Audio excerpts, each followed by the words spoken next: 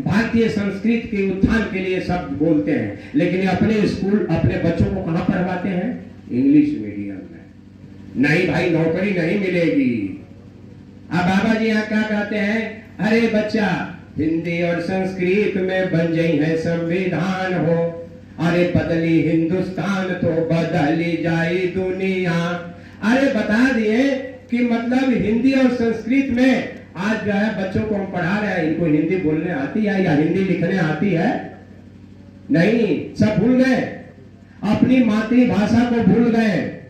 और जो हमारी संस्कृति थी, सुबह उठ करके बच्चे और बच्चियां अपने माता पिता का पैर छूकर प्रणाम करते थे, और वह सब खत्म हो गया। अब तो उठते हो क्या कहते हैं?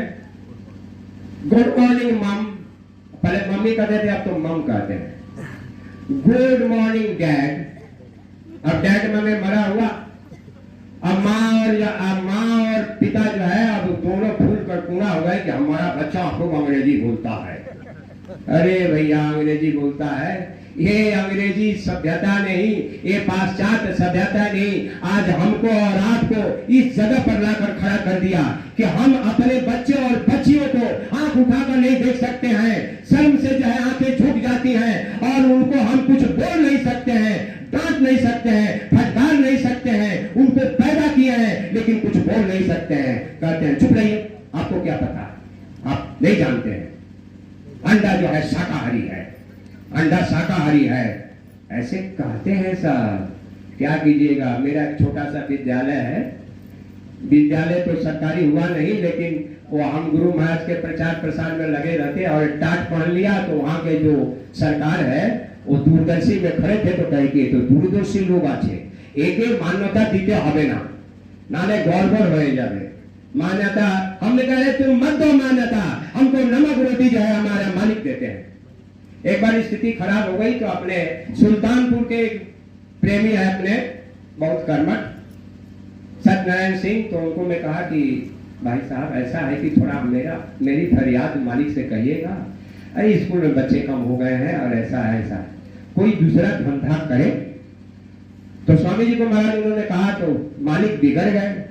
आकर उन्होंने कहा कि अरे भाई, मैं तो कहा तो मालिक बिगड़ गए। कह दिए कि कह दो उसको, वहीं पर वहीं रहेगा, वहां से हिलेगा डूलेगा नहीं। नमक रोटी तो मिल रही है, तो नमक रोटी तो मालिक देने वाला है, लेकिन हमें विश्वास नहीं है।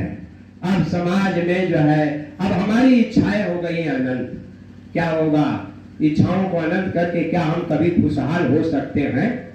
तो अपने अंदर सत्संगी का रहनी और गहनी हमें अपने अंदर लाना होगा, और तभी जाकर हमारा और आपका कल्याण होगा। नहीं तो कल्याण होने वाला किसी भी सूरत पर नहीं है।